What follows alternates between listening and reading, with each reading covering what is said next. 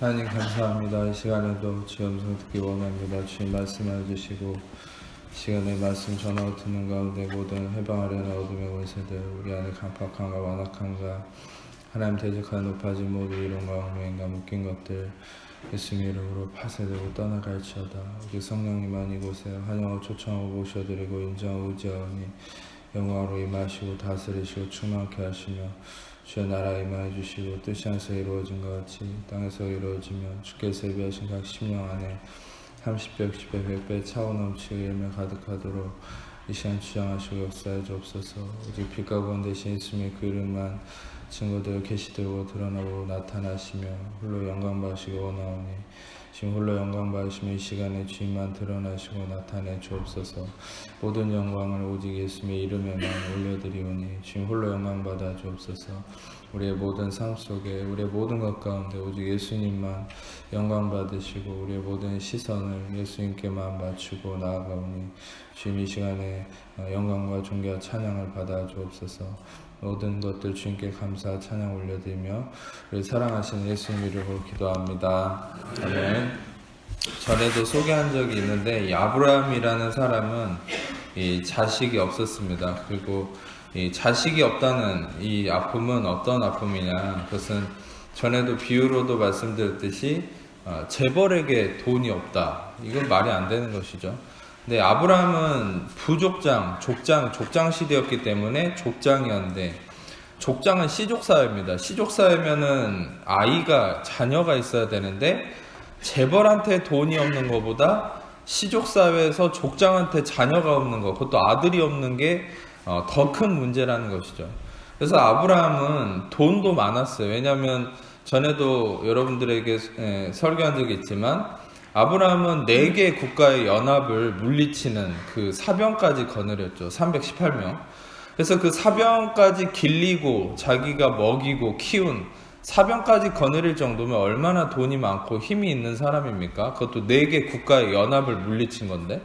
그러면 여러분, 아브라함은 돈도 많고 가장 아름다운 아내도 있고 뭐 부족할 게 없어요. 근데 자녀가 없는 거예요. 근데 이 자녀가 없는 거, 돈이 없어, 돈도 많고 다 있는데 자녀가 없는 그게 뭐가 문제냐 할 수 있지만, 이 당시 사회의 문화적 관점에서는 자녀가 없으면 다 없는 겁니다. 다시 말하면 아브라함은 본질적인 게 없는 거예요. 지금 상황이. 자기가 가장 바라고 소망하는 것은 이 자녀를 갖는 것입니다. 그런데 나이가 100세가 다 되고 이 상황은 자기 아내가 이 여성으로서 생리적으로 이렇게 생리가 끊어진 상태, 그래서 더 이상 생물학적으로는 아이를 가질 수 없는 상태가 됐죠. 오늘 말씀은 실상 이 초반에 99세가 됐을 때 상황이죠. 99세. 즉 하나님은 약속을 하기를 내년 이때에 아들을 너희가 가질 것이다 했는데, 이후 절을 보면 아브라함도 못 믿지만 사라도 못 믿습니다. 그를 인간의 어떤 상황에 취해 있기 때문에 우리가 어떻게 자녀를 가질 수 있습니까? 하나님은 가질 것이다 라고 얘기하죠. 그런데 이 아브라함과 사라의 관점은 나를 근거로 여기기 때문에 못 갖는다라고 생각하는 거예요. 심지어는 이후 절들을 보면은 이 사라에 대한 이름에 대한 우리가 읽었던 부분 이유를 보면은 17절에 제가 스크린에는 안 보여드렸지만 아브라함이 엎드려서 웃었다 이렇게 얘기하죠. 그리고 마음속으로 100세 된 사람이 어떻게 자식을 낳을까? 사라는 90세인데 어찌 출산할까? 이렇게 아브라함이 어떤 면에서는 못 믿는 것이죠. 못 믿고 웃었다는 것입니다. 왜 웃은 것입니까? 왜 하나님 말씀을 못 믿는 것입니까? 자기를 근거로 삼았기 때문이죠. 자기의 환경, 인간적인 개념. 여러분, 실상 여러분들이, 제가 한마디 따끔한 얘기를 하면, 여러분들이 제 설교를, 은혜의 설교를 주구장창 듣고 헬라 히브리어를 백날 저를 통해서 익힐지라도, 거기서 여러분들이 실상 말씀의 진리를 깨닫는 사람이 있다 할지라도 여러분들이 여전히 인본주의적인 사고방식이 뭔지 아세요? 항상 사람이 근거가 되는 거예요. 사람의 기본 상식, 인간의 개념이 내 모든 사고의 기반이 돼 있으면 여러분들은 믿음의 삶을 살 수 없어요. 그게 예를 들어서 베드로가 인류 최초로 물을 걸은 사람이에요. 베드로는 진짜 예수님이 물 위에 계실 때 예수님한테 가고 싶다고 몇 발자국 걸어갔습니다. 물 위를. 근데 걷다가 어떤 순간에 물에 빠져들어가기 시작했다고 성경은 얘기하냐면 바람이 부는 걸 느끼는 순간. 여러분, 그래서 전에도 설교한 적이 있는데 우리는 그리스도인이라는 거, 크리스천이티라는 거는 종교가 아니라고 그랬죠. 이 세상을 다스리고 영위하는, 다시 말하면 아담은 지상 대명령 창세기 1장에 너는 생육하고 번성하고 온 땅에 충만하고 이 땅을 정복하고 다스려라 하신 그 말씀이 아담의 죄로 잃어버렸다가 로마서 5장 17절 한 사람의 범죄로 말미암아 사망에 그 한 사람을 통해 왕노릇 하였은즉 더 은혜와 의의 선물을 넘치게 받는 자들은 한 분 예수 그리스도를 통해 생명 안에서 왕노릇하리라. 아멘. 여러분, 은혜와 의의 선물, 예수 그리스도를 통해서 은혜와 의의 선물 안에 있는 자들은 생명 안에서 왕노릇한다. 바실리오, 왕노릇한다. 이 땅을 다스리는 자, 즉 아담이 잃어버렸던 통치권을 다시 잡는다는 거예요. 그 말은 뭐냐면 이 땅의 상식을 벗어나는 삶을 산다는 거죠. 그리스도인들은요, 이 땅의 상식을 벗어나, 그러니까 초대교회의 역사를 보면 여러분들에도 소개했지만 폭군 네로가 왜 그리스도인들을 핍박하다가 미쳐버린 줄 아십니까? 그것은 사자 밥이 되게 하고 산채로 그리스도인들을 이 화형에 불에 태워 죽이는데, 여러분, 사람이 죽을 때 사람이 고통당할 때 제일 고통스러운 게 뭐라고 들어보신 적 있어요? 제일 고통스러운 게 불에 타는 거거든요. 살이 익어가는 게 제일 큰 고통이라고 얘기합니다. 화상을 입은 게 제일 큰 고통이에요. 근데 화형에 그리스도인들을 로마 시대 때 내려고 화형에 처할 때도요, 이 그리스도인들이 죽어갈 때 웃으면서 죽었대요. 찬양하면서. 고통을 못 느끼고. 그걸 보고서 네로가 미쳐버리는 역사를 보면. 그것이 어떻게 가능합니까? 그리스도인들 안에 성령의 능력은, 그리스도인들이 가지는 능력은 이 세상의 상식을 초월하는 겁니다. 아멘. 이 세상 사람들은 A라는 문제, B라는 문제, C라는 문제가 오면 당연히 고통스러워하고 우울해하고 슬퍼해야 되는 게 맞아요. 이 세상의 상식입니다. 어떻게 사람이 그러는데도 안 슬퍼할 수 있지? 이게 당연한 건데 그리스도인들은 안 그런 거예요. 왜냐하면 그리스도인들은 이 땅을 초월해 있는 자니까. 베드로가 물 위를 걸은 건 어떤 면에서는 당연한 거예요. 근데 뭐가 문제입니까? 뭐가 그를 물에 빠져 들어가겠습니까? 뭐가 베드로를 다시금 이 세상의 원리대로 인간은 절대 물을 못 걷는다라는 그 상식 속으로 몰아넣은 겁니까? 바람을 느끼는 순간, 환경을 느끼는 순간. 여러분들, 어떤 면에서는 여러분들이 이 세상에 흘러가는 흐름, 세상의 논리, 상황, 환경을 그대로 느끼고 답습하는 게 자연스러운 게 아니에요. 그리스도인들은 말씀을 느끼고 예수님을 느끼고 그 말씀의 진리를 내 안에 습득함으로 인해서 여러분 안에 로마서 8장에 얘기한 것처럼 영의 생각이 흘러나오게 해야 돼요. 육신의 생각은 사망, 영의 생각은 생명과 평안이라. 육신의 생각은 하나님과 원수가 되나니 이는 하나님 법에 굴복치 아니할 뿐 아니라 할 수도 없습니다. 아멘. 아멘. 육신의 생각과 영의 생각의 개념을 말씀드렸잖아요. 맨날 사람들은 육신의 생각이라고 얘기하면 러스트라고만 생각해요. 맨날 음란하고 미운 생각만 하는지 몰라도 맨날 육신의 생각만 얘기하면 그것만 떠올려요. 음란, 미움, 살인 이런 것만 육신의 생각이라고 생각해요. 아니요. 진짜 여러분들을 죽이는 육신의 생각이 뭔지 아세요? 그건 이 세상의 논리입니다. 인본주의적인 생각입니다. 인본주의에 빠져있는, 다른 사람들도 똑같이 그렇게 사니까 나도 이렇게 살아야 돼. 똑같이 그렇게 하니까 나도 이렇게 하지. 인간의 도리? 그딴 게 다 뭔 필요 있습니까?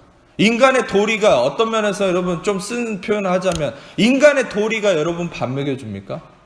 할렐루야.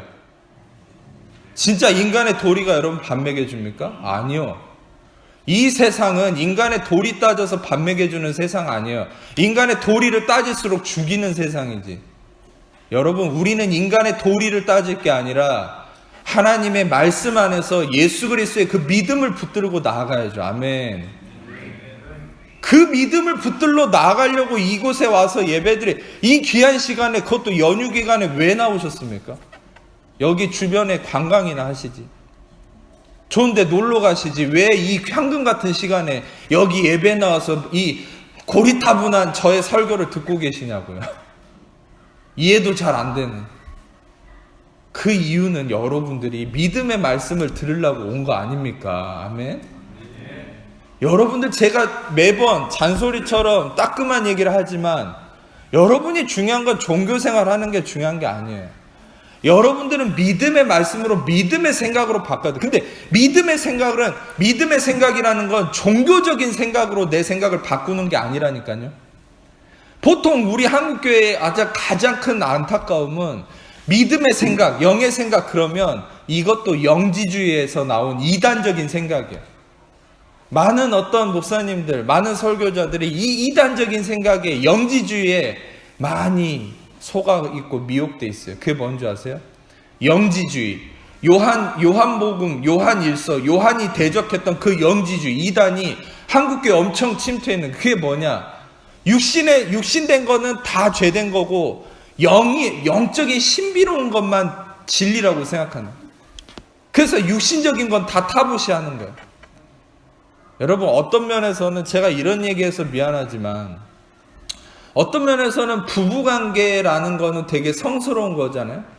물론 부부관계가 아닌 것들은 뭐 잘못된 거지만, 근데 부부간에 이루어지는 것도 경건하다고 하는 크리스천들은 부부간에 이루는 성생활도 굉장히 터부시하고 더럽게 여기는 그런 사람들도 있어요. 경건하다고 생각하면서 자기가. 여러분, 그런 것들이 어디서 나왔냐면 바로 육은 다 잘못됐고 영은 다 선하다, 이런 영지주의 이단에서 온 거거든요.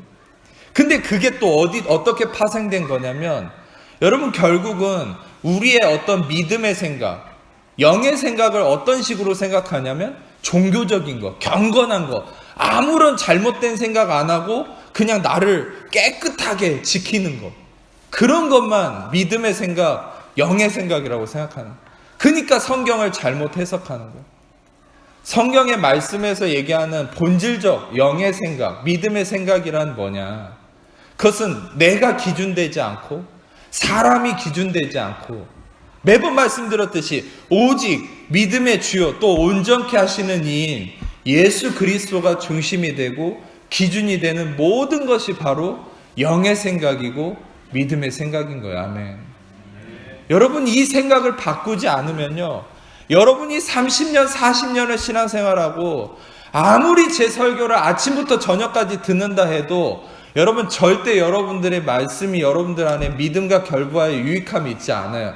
히브리서 3장의 말씀처럼 너희가 말씀을, 복음을 들어도 유익을 얻지 못하는 것은 이 말씀이 믿음과 결부하지 못한다. 그 말이 뭔지 아세요? 말씀이 귓가를 때리고 다 날아가는 거예요. 왜? 내 마음의 중심을 차지하고 있는 거 오직 인본주의, 세상의 논리, 사고방식, 이 어떤 면에서는 내 사고의 시스템이 온통 이 세상의 관념으로 박혀 있으면 절대 안 바뀝니다. 절대. 제 설교 100시간, 1000시간 들어보세요. 바뀌나? 안 바뀌어요. 왜? 여러분들은 여전히 육신의 생각을 가지고 영의 설교를 들으면, 여러분, 이 영의 설교가 어떻게 여러분 안에 자리 잡겠어요? 어떤 면에서는 여러분, 예수님이 이 밭의 비유를 말씀하셨죠. 씨앗의 비유를. 돌짝밭, 길가밭, 좋은 밭. 근데 여러분, 씨앗은 어떤 이 씨앗이든 중요한 건 아니고, 물론 중요한 건 예수 그리스도의 씨앗이 중요하지만, 은혜 복음이 중요하지만, 그걸 받는 마음밭이 어떠냐. 근데 그 마음밭도 나를 경건하게 가꾸고 훌륭하게 가꾸는 그런 측면에서의 마음밭이 아니라, 여러분들의 마음밭의 중요한 이 하나의 원리는, 그것은 여러분들이 믿음의 이 개념으로 말씀을 받아야 된다.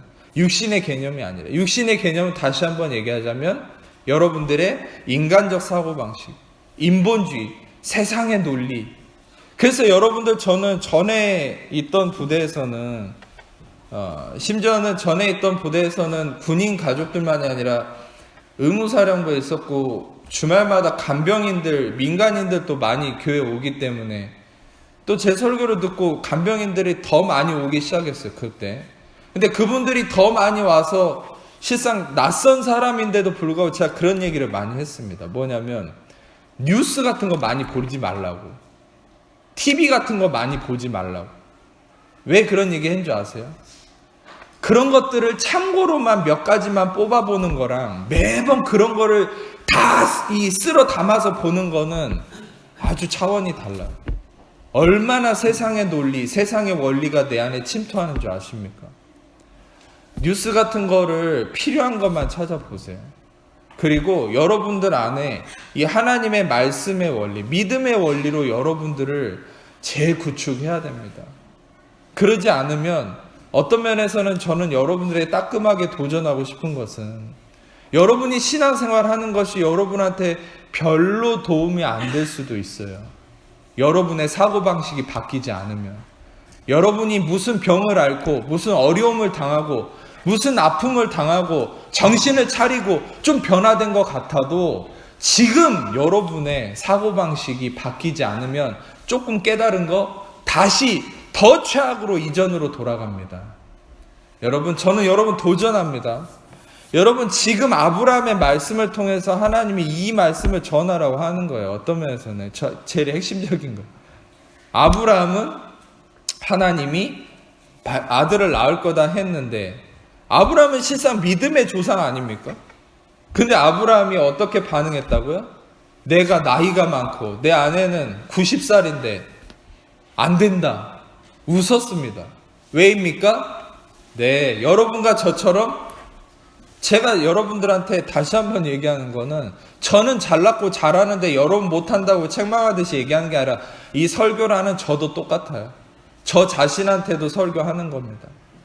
여러분과 저처럼 여전히 인간의 생각, 인간의 논리에 빠져 있다는 거예요. 여러분, 중요한 것은 우리는 믿음의 개념, 믿음의 생각으로 여러분의 생각이 바뀌어지기를 축복합니다. 그것이 제일 중요해요. 그래서 여러분들은 끊임없이 이 말씀을 그냥 듣는 게 아니라 이 말씀 안에서 얘기하는 예수 그리스도 중심된 그 생각을 받아들이고 여러분의 생각을 새롭게 하라는 것이죠. 이러한 아브라함에게 하나님께서 주시는 은혜가 있습니다. 그것은 아브라함은 믿지 못했지만 하나님은 여전히 은혜의 하나님이시고 자비와 긍휼의 하나님이시기 때문에 아브라함에게 약속을 하시고 나서 어떤 일을 하시는지를 제가 오늘 말씀을 통해 좀 보여드리고 싶은데, 이름을 바꿔주죠. 사진을 좀 띄워주세요. 좀 영어로 돼 있어서 복잡해 보이겠지만 위에 있는 영어를 대략 아시는 분은 뭐가 뭔지 아시겠죠. 위에는 아브람, 그 다음에 아브라함, 옆에는 사라, 그 다음에 그 아래는 사라흐라고 이렇게 발음을 합니다.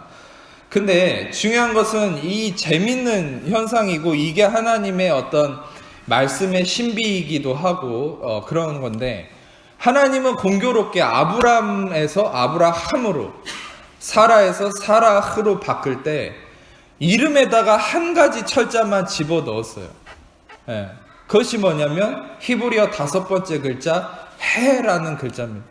이 해라는 철자는 전에도 소개했듯이 이건 그레이스, 은혜를 의미합니다. 히브리어로는 헤세드, 은혜를 의미하는 이 해라는 히브리어 글자를 넣었어요. 그래서 아브라함이 됐고 사라흐가 됐어요. 이것은 어떤 차이가 있냐면, 아브라함은 원래 하이 리더라는 의미예요. 그러니까 그냥 고귀한 아버지. 원래 이름은 자기만 잘난 거죠. 근데 아브라함은 어떻게 바뀐 이름입니까? 그것은 많은 자의 아버지, 많은 무리의 아버지라는 의미죠.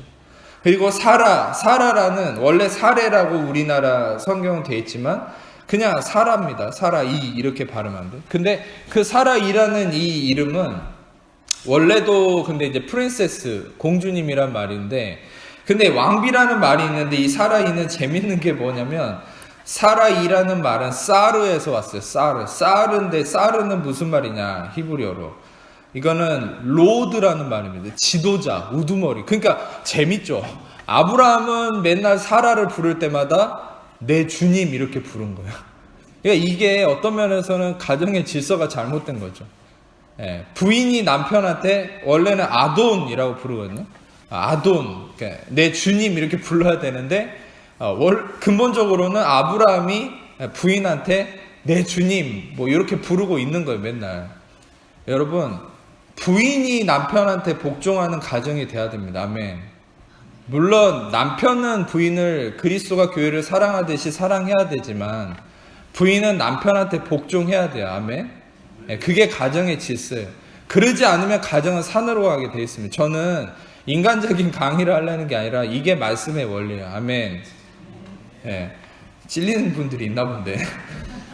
어찌됐든 이 사라가, 근데 어떤 면에서는 이전까지는 사라가 아브라함을 이끌어가려고 했던 것이 추측이 되는 경향도 있어요. 실제로 성경학자들이 이렇게 얘기하는 사람도 있고. 근데 이름이 바뀌면서, 물론 이름이 바뀌었을 때 어떤 근본적 이 원리는 뭐냐, 사라는 단지 아브라함처럼 그냥 자신만 고귀한 프린세스, 왕비 뭐 이런 의미였지만, 사라흐라는 이 유드, 손을 가리키는, 손은 힘을 가리키거든요. 마지막에 쉰, 레시, 유드가 빠지고 마지막에 해를 집어넣었죠. 그것은 무엇을 의미하냐면 자신의 힘을 상징하는 유드를 빼버리고 은혜를 집어넣은 거죠. 그래서 사라흐가 됩니다. 근데 이 은혜를 받은 사라는 어떤 이름으로, 어떤 존재로 바뀝니까? 16절을 보면 여러 민족의 어머니가 되었다. 이제는 자신만 뛰어난 여자가 아니라 많은 민족의 어머니가 되었다. 아브라함도 자신만 훌륭한 리더가 아니라 많은 자의 아버지가 되었다. 결국 이 존재의 근원, 이 어떤 하나님의 약속이 무엇이 들어감으로 이루어졌습니까? 헤세드, 이 그레이스, 은혜가 이들의 이름에 들어가서 이 은혜로 말미암은 변화가 삶에 이루어졌을 때 하나님이 정확하게 그 다음 해 이츠하크, 즉 다시 말하면 웃을 수 있는 가장 큰 웃음, 기쁨의 자식을 주셨다. 할렐루야. 이것이 바로 은혜의 힘이라는 것이죠. 자, 역대상 4장 9절에서 10절 말씀 보겠습니다. 역대상 4장 9절에서 10절 말씀을 함께 읽겠습니다. 시작.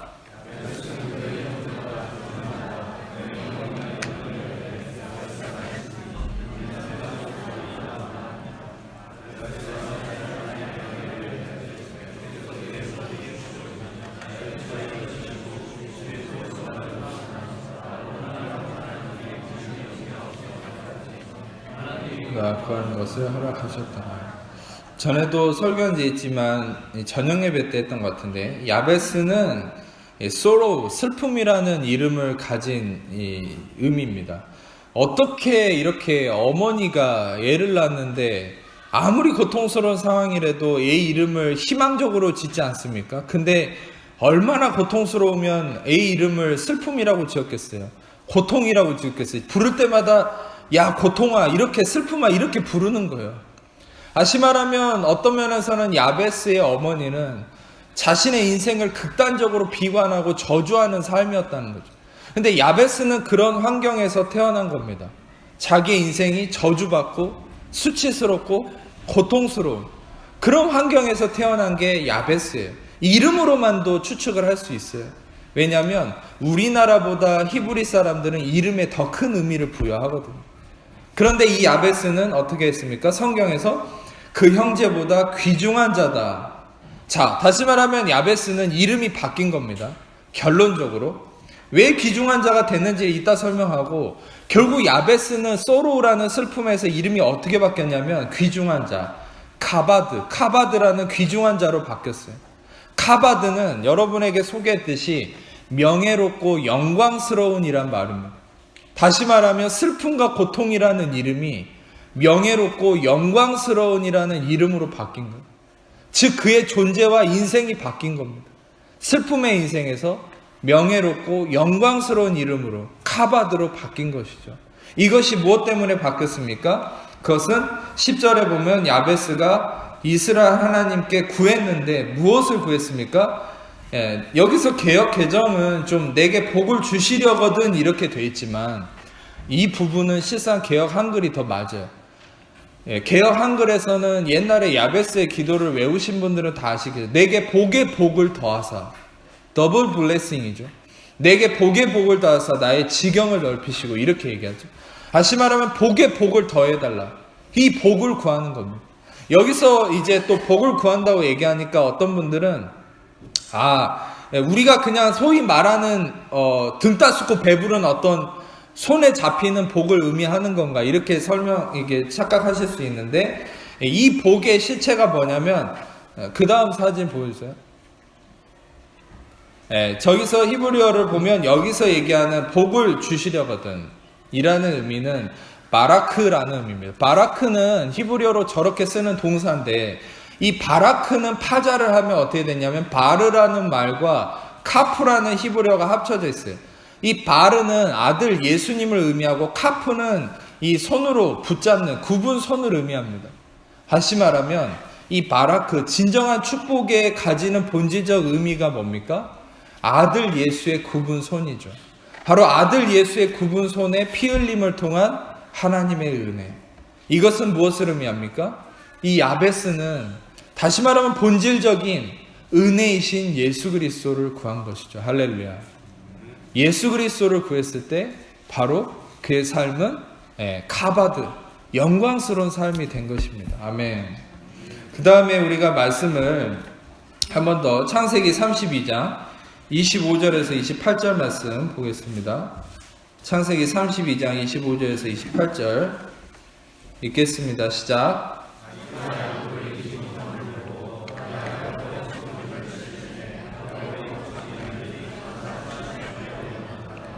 그가 이르되 나를 사랑하니 가게 하라. 야곱이 이르되 당신이 내게 축복하지 아니하면 가게 하지 아니하겠나이다. 그 사람이 그에게 이르되 내 이름이 무엇이냐. 이르되 야곱. 그가 이르되 내 이름을 다시 야곱이라 하시니 이는 내가 하나님과 좀 말씀이 길지만 짧게 얘기하면은 야곱이 천사와 씨름을 하다가 못 이겨서 관절이 끊어졌는데 천사가 때려가지고, 근데 이 야곱이 이 천사에게 축복을 구하죠. 여기서 야곱이 축복을 구해서 26절에 보면 내게 축복하지 않으면 가게 하지 않겠다. 근데 이것이 어떤 면에서는 야곱이 복만을 구하는 그런 어떤 속물처럼 보일 수 있겠지만 절대 그렇지 않습니다. 원래 야곱은요, 자기의 노력과 자기의 힘으로 쟁취했던 사람이에요. 그러니까 발 뒤꿈치를 잡은 자 야곱이죠. 이름이 형의 뒤꿈치 잡고 나왔잖아요.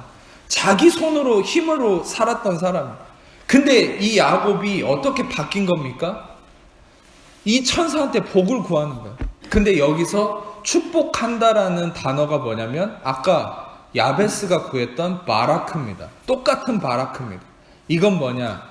바로 이 아들 예수의 굽은 손, 그 피 흘리는 손, 그 은혜를 바로 야곱이 구한 것이죠. 이 야곱이 이 은혜의 축복을 구했을 때 어떤 일이 일어납니까? 다시 한번 하나님은 야곱의 이름을 바꾸시죠.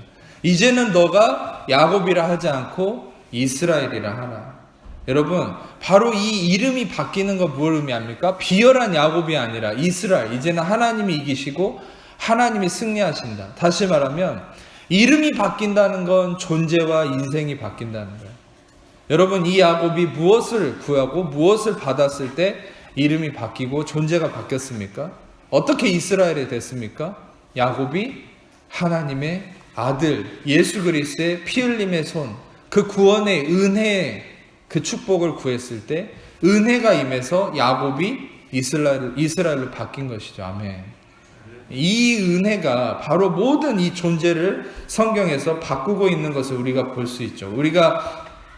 제가 성경을 띄워보진 않겠지만 좀 인물 몇 가지를 더 소개를 할 겁니다. 마태복음 1장을 보면 여러 인물들이 나오지만 제가 소개해드리고 싶은 인물들이 좀 있습니다. 그것은 여인들이 나오는데 마태복음 원래 족보에 여인들은 거의 나오지 않아요. 근데 여인들이 나오는데 그닥 배경이 좋은 여인들은 아니에요. 마태복음 1장에 등장한 여인들은. 근데 먼저 소개할 여인은 라합이라는 여인인데 이 여자는 창녀입니다. 창녀고 기생이에요. 그러니까 몸을 파는 여자였던 거죠. 근데 이 라합이라는 여자가 예수님의 족보에 올랐다. 라합이라는 여자가 예수님의 족보에 올랐다는 것만으로도 엄청난 건데 그것도 다윗의 조상입니다. 엄청난 인생이 바뀐 것이죠. 근데 이 라합이 어떤 일로 인해서 은혜를 얻었느냐? 이 창세기 38장, 여호수아 2장 21절 말씀, 여호수아 2장 21절 말씀 보겠습니다. 같이 읽겠습니다. 시작. 라합이 이르되 너의 말대로 할 것이라 하고 가게 하고 붉은 줄을 창문에 매니. 이것은 여리고성을 이스라엘이 정복하기 전에 정탐꾼을 여호수아가 보냈는데 이 정탐꾼을 라합이라는 여자가 숨겨줘요. 근데 이 나중에 이 정탐꾼들이 약속을 합니다. 여리고를 점령했을 때 너는 살려주겠다. 너희 가족들은. 그래서 라합이 무슨 표식을 내리냐면 붉은 줄을 창문에 매달죠. 자신의 집이라는 표식으로.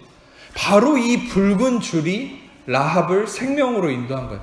진짜 나중에 기록을 여호수아 6장을 보면 여리고가 다 무너지고 모든 여리고 사람을 이스라엘 사람들이 다 죽이거든요. 그때 이 라합의 가족과 식솔들만 다 살려둡니다. 무엇 때문에? 이 붉은 줄 때문에. 근데 이 붉은 샤니라는 말은 성막과 제사장 옷을 만드는 색상의 실 중 하나고 정결 예식에 사용되는 건데 이 붉은 샤니라는 진홍색은 무엇을 의미하냐? 바로 그리스도의 피를 의미하는 거예요. 이거는 상징적으로도. 그리고 줄은 티그와 이스라엘의 국가를 하티그바라고 그러냐? 근데 이거 티그와는 뭐냐? 이거는 호프, 소망입니다. 그래서 다시 말하면 이 붉은 줄은 바로 예수 그리스도, 소망 대신 예수 그리스도를 의미하죠. 예수 그리스도를 향한 소망, 바로 예수님의 보혈. 우리는 바로 이것을 알 수 있어요. 이 라합의 인생이 어떻게 바뀌게 된 겁니까? 죽음에서 생명으로. 그것은 바로 그리스도라는 은혜가 이 삶에 임했을 때 바뀌게 된 것이죠. 아멘. 또한 한 명, 또 여러분의 소개를 드리고 싶은 것은 다말이라는 여자입니다. 다말은 아주 심각한 여자죠. 시아버지와 성관계를 통해서 아이를 낳은 여자예요. 이 다말은 어떤 면에서는 그 당시에 어떤 이런 잘못된 관습에 피해를 본 여성이긴 하지만 표면적으로는 근친상간의 잘못된 원리에 빠져있던 여자이기 때문에 아주 수치스러운 사람이에요. 근데 예수님의 족보에 올라있어요. 그것은 아주 심각한 것이죠. 어떤 면에서. 그런데 이 다말이 어떤 일을 겪었느냐. 창세기 38장 말씀을 잠깐 보겠습니다. 25절에서 26절 같이 읽겠습니다. 시작. 여인이 끌려나갈 때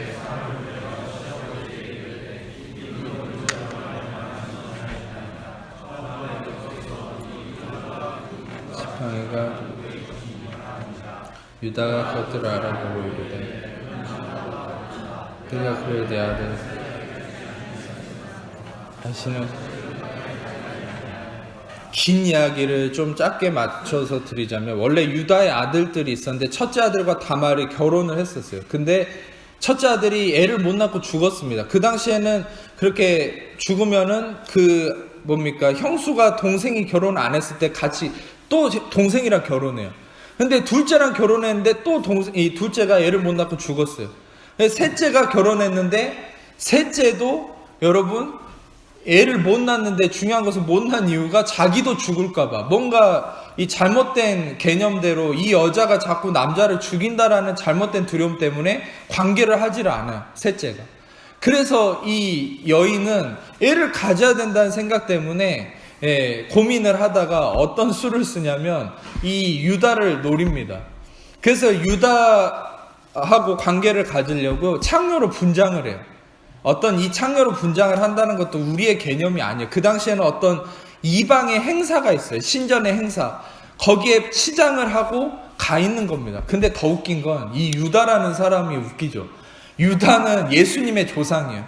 근데 유다라는 사람이 경건한 사람이 아니에요. 이방의 신전의 행사가 어떤 행사인 줄 아세요? 남창, 여창들이 거기에 참여하는 자들과 성관계를 통해서 축제를 벌이는 거예요. 근데 유다가 거기에 가 있는 거예요. 야곱의 아들이잖아요. 근데 거기에 가서 이 다말이 치장을 하고 있는데 공교롭게 다말이 유혹을 해가지고 성관계를 합니다. 그런데 어떻게 됩니까? 하고 나서 돈이 없으니까 이제 그 담보를 맡기라고 그래요. 근데 다말이 꾀를 쓰죠. 담보가 뭐냐면 여기서 도장과 끈과 지팡이에요. 그래서 담보를 맡겨요. 근데 이제 재밌는 거는 이 다말이 그걸 통해서 임신을 해버렸어요. 임신을 했는데 이제 사람들이 이 다말 임신했다고 끌어내라. 왜입니까? 불륜했다는 거죠. 그러니까 돌로 쳐 죽여야 된다는 거예요. 그 유다도 화가 나가지고 얘가 어디서 이상한 짓거리 하고 지도 잘못돼놓고 남탓만 하고 있는 거야. 지는 더 나쁜 짓 하고 다니면서 얘 이제 죽여야 된다고 유다가 그러고 있는데 오늘 말씀을 읽어본 거죠. 방금 그대로 다말이 갑자기 도장과 끈과 지팡이를 꺼내면서 이 주인의 아이를 임신했다. 그러니까 유다가 땀이 삐지직 나는 거야. 자기가 한 거거든요. 다시 말하면 여러분 생각해 보세요. 이 다말의 인생은 굉장히 수치스럽고 처참한 인생이죠. 이렇게까지 해서 임신을 해야 되나? 그런데 이 다말이 어떤 인생으로 바뀐 겁니까? 예수님의 족보에 오르는 인생으로 바뀌었죠. 무엇 때문입니까? 이 다말을 살린 건 이 도장과 끈과 지팡이에요. 근데 이 도장과 끈과 지팡이가 뭘 상징하냐면 바로 예수님의 십자가를 상징하는 거예요. 바로 예수님의 십자가가 죽음에 처해있는 우리를 살리는 겁니다. 할렐루야. 여러분 여기에 대한 깊은 진리는 나중에 기회가 되면 설교를 하겠습니다. 다시 말하면 이 다말을 인생을 바꾸는 다시 말하면 생명의 인생으로 바꾼 것은 바로 예수님의 십자가의 은혜였다는 거예요. 제가 또 한 명의 인물은 룻인데 좀 짧게 얘기하면 룻은 여러분도 알다시피 모압 여인이죠. 하나님의 총에 들지 못하고 하나님께 버림받은 족속. 이 룻은 버림받은 인생이었고 과부였습니다. 이스라엘의 대표적인 불쌍한 존재가 3명 있어요. 그거는 과부와 고아와 나그네. 근데 과부예요. 그 중에 이 룻은 모압 여인이고 아무것도 없어요. 근데 이 룻의 인생이 어떻게 생명의 인생으로 바뀌었어요? 다윗의 조상, 예수님의 조상, 어떻게? 그리고 룻은 성경에서 딱 2번 언급되는 현숙한 여인. 현숙한 여인이란 잠언의 31장에 등장하지만 딱 한 번 더 등장하는 게 이 룻에게 대한 칭찬이에요. 그리고 실상 잠언 31장에 솔로몬이 언급한 현숙한 여인은 바로 자기의 그 고조 할머니 뻘 되는 이 룻을 언급한 겁니다. 실은. 근데 이 룻이 어떻게 인생이 그렇게 생명으로 바뀌었습니까? 그것은 바로 보아스를 만났기 때문이죠. 예수님을 상징하는 이 보아스, 이 은혜가 자기의 삶에 임했을 때 그 인생이 바뀌게 된 것이죠. 마지막으로 마리아를 보면 제가 좀 시간이 좀 많이 갔지만 좀만 더 설명할게요. 솔로몬을 보면 우리아의 아내, 마태복음 1장에 밧세바를 우리아의 아내라고 표현합니다. 족보를 보면 여러분 재밌는 건 이름이 등장하는데 이 밧세바만 이름을 안 써요. 우리아의 아내라고 표현. 이게 얼마나 수치스럽습니까? 나중에는 다윗의 아내가 됐는데도 우리아의 아내라고 적어놨죠. 마태는. 이게 무엇을 의미합니까? 굉장히 수치스러운 거죠. 그런데 이 밧세바도 그렇지만 솔로몬도 생각해 보세요. 태어났을 때 어떤 꼬리표를 달고 태어났겠습니까? 불륜녀의 아들, 이런 꼬리표를 달고 태어나지 않았겠습니까? 그런데 이 밧세바와 솔로몬의 인생이 바뀌었죠. 밧세바는 예수님의 조상이 되었고 솔로몬은 어떤 자입니까? 여디디아죠. 여디디아는 이름 그대로 야훼께서 사랑하시는 자라는 말입니다. 그들의 인생이 어떻게 그렇게 바뀌게 됐습니까? 그것은 밧세바가 다윗과 동침해서 낳은 첫째 아들이 죽었어요. 이 아들이 죽은 건 저주 때문에 죽은 게 아니죠. 물론 어떤 면에서는 저주지만 그냥 그 자체의 어떤 죄 덩어리라서 죽은 게 아니라 바로 이 아들이 다윗과 밧세바의 죄를 대신해서 죽은 겁니다. 이 죽은 첫째 아들은 바로 우리를 대신해서 우리의 죄가 되셔서 죽으신 예수님을 상징하는 거예요. 바로 이 아들이 죽었기 때문에, 죄가 되어서 죽었기 때문에 밧세바의 인생과 솔로몬의 인생이 바뀌게 된 거예요. 바로 이 아들의 죽음은 무엇을 의미합니까? 바로 은혜이신 예수 그리스도를 의미하는 것이죠. 아멘. 마지막으로 마리아는 어떻습니까? 바로 마리아도 자기가 종인, 평범하고 아무 보잘것없는 자기에게 은혜가 임해서 구원자 예슈아를 낳게 되었어요. 할렐루야. 바로 여러분, 우리는 제가 소개해드린 것처럼 우리의 삶에 우리의 어떠함, 우리의 잘남, 그게 중요한 게 아니에요. 제가 여러분들한테도 매번 도전하지만 여러분이 저처럼 뭔가를 깨닫고 막 히브리어 헬라어를 많이 하고 이게 중요한 게 아닙니다. 중요한 건 여러분들한테도 바로 이 인물들에게 임했던 이 은혜가 임할 때에 여러분들이 어떤 형편과 상황이든 이 은혜로 말미암아 여러분의 모든 것이 역전될 수 있다는 사실이에요. 아멘. 여러분, 그래서 우리가 구할 것은 은혜라는 것이죠. 요한복음 1장 17절입니다. 같이 읽겠습니다. 시작. 율법은 모세로 말미암아 주어진 것이요 은혜와 진리는 예수 그리스도로 말미암아 온 것이요. 헤세드 베 에멧, 은혜와 진리, 은혜와 진리. 여러분들이 이 은혜와 진리 대신 예수 그리스도를 구하세요. 예수 그리스도, 여러분들이 종교로서 내가 기준돼서 예수님을 이용하는 삶이 아니라 여러분들이 은혜이신 예수님이 여러분의 중심이 되게 하세요. 여러분의 생각의 중심이 되게 하세요. 아멘. 그분이 여러분의 생각의 모든 기반이 되고 모든 삶의 중심이 될 때 여러분들의 이름이 바뀌고 존재가 바뀌고 인생이 바뀌는 것이죠.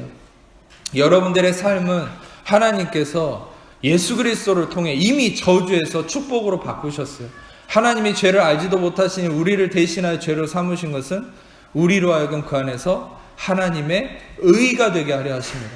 원래 우리가 죄고 저주 아래 있었지만 예수님이 죄와 저주가 되셔서 우리는 의가 되었습니다. 아멘. 여러분, 우리가 무엇 때문에 그렇게 되었습니까? 무엇 때문에 우리는 생명을 경험하는 자가 되었습니까? 바로 헤세드 베 에멧, 은혜와 진리. 은혜와 진리 대신 예수 그리스도, 그분의 죽으심에 대속하심의 은혜로만이 여러분들의 존재는 바뀔 수 있다는 거예요. 여러분, 억만금을 벌고 로또를 당첨당하고 권력을 얻어도 바뀌지 않습니다. 여러분, 중요한 것은 은혜와 진리, 예수 그리스도가 여러분의 인생을 생명으로 인도합니다. 아멘. 기도하겠습니다. 이 시간에 아픈 곳이 있는 분들은 아픈 곳에 손을 얹고 제가 여러분을 위해서 기도하겠습니다. 기도할 때 성찬위원분들 앞에 나와서 준비해 주세요. 아픈 곳이 있는 분들은 아픈 곳에 손을 얹고 제가 기도하겠습니다. 하나님 감사합니다. 우리의 은혜와 진리 대신 참된 우리의 생명의 근원 대신 예수님을 찬양합니다. 우리를 위해서 죄가 되시고 저주가 되셔서 모든 걸 대속하시고 감당하셨기에 우리는 온전히 자유케 하신 주의 은혜만을 찬양하고 영광 올려드립니다. 이 시간에 오직 죽으시고 부활하신 예수의 이름으로, 그 보혈의 능력이신 예수의 이름 명하노니 하나님 자녀를 붙고 있는 모든 염려, 의심, 불안, 초조, 두려움, 삶의 문제, 질병, 고통, 마귀, 얽매임과 모든 거짓된 것들, 묶임들 떠나갈지어다. 자유케 될지어다. 이 시간에 모든 신경, 세포, 조직, 면역체계 예수의 이름으로 온전케 될지어다. 온전케 될지어다. 모든 심장의 기능 정상이 될지어다. 정상이 될지어다. 발목의 근육, 관절, 인대 예수의 이름으로 온전케 될지어다. 회복될지어다. 모든 가슴에 모든 문제 생길 것들 예수의 이름으로 온전케 될지어다. 피부의 트러블 문제 예수의 이름으로 온전케 될지어다. 눈의 모든 문제들 예수의 이름으로 회복될지어다. 머리카락과 머리의 모든 문제 예수의 이름으로 온전케 될지어다. 귀의 아픔과 문제들 예수의 이름으로 떠나갈지어다. 자유케 될지어다. 마음의 슬픔과 고통 예수의 이름으로 떠나갈지어다. 온전케 될지어다. 주님 임하시옵소서. 감사합니다. 주님께 모든 영광과 존귀와 찬양 올려드립니다. 뇌의 모든 문제들 예수의 이름으로 떠나갈지어다. 자유케 될지어다. 모든 귀신의 괴롭힘과 얽매임들 예수의 이름으로 이 시간에 내가 나사렛 예수의 이름 명하노니 모든 더러운 귀신들 떠나갈지어다. 자유케 될지어다. 너희가 아무런 권세와 능력 없다. 예수의 이름으로 나갈지어다. 감사합니다. 모든 영광 주님께 올려드리며 우리 사랑하시는 예수님 이름으로 기도합니다. 아멘.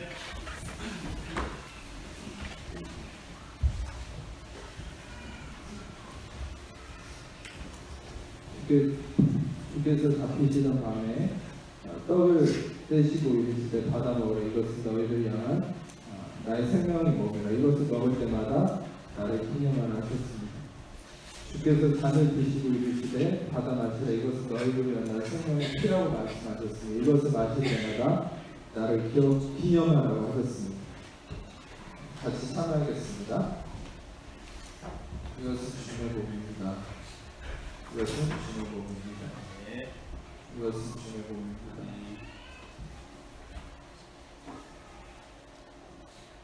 이것은 주님의 보혈입니다. 이것은 주님의 보혈입니다. 이것은 주님의 보혈입니다.